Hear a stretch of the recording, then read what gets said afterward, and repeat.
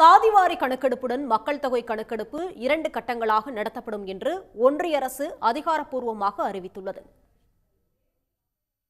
சாதிவாரி கணக்கெடுப்புடன் மக்கள் தொகை கணக்கெடுப்பு 2027ஆம் ஆண்டு 2 கட்டங்களாக நடத்த முடிவு செய்யப்பட்டிருக்கிறது. இந்த மக்கள் தொகை கணக்கெடுப்புக்கான வரம்பு தேதி 2027 மார்ச் மாதமாகும்.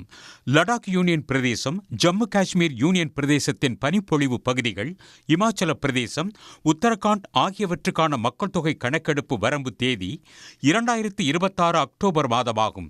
மேற்குறிப்பிட்ட தேதிகளுடன் மக்கள் தொகை கணக்கெடுப்பு நடத்தும் நோக்கம் பற்றிய அறிவிக்கை மக்கள் தொகை கணக்கெடுப்பு சட்டம் பிரிவு 3 வரும் 16ஆம் தேதி அரசிதழில் வெளியிடப்படும்.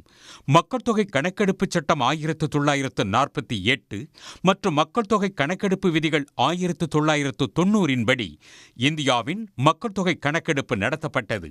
கடைசியாக 2011 இந்தியாவின் மக்கள் தொகை கணக்கெடுப்பு 2 கட்டங்களாக நடத்தப்பட்டது குறிப்பிடத்தக்கது. உடனுக்குடன் செய்திகளை தெரிந்து கொள்ள சன் நியூஸ் பெல் ஐகானை கிளிக் பண்ணுங்க.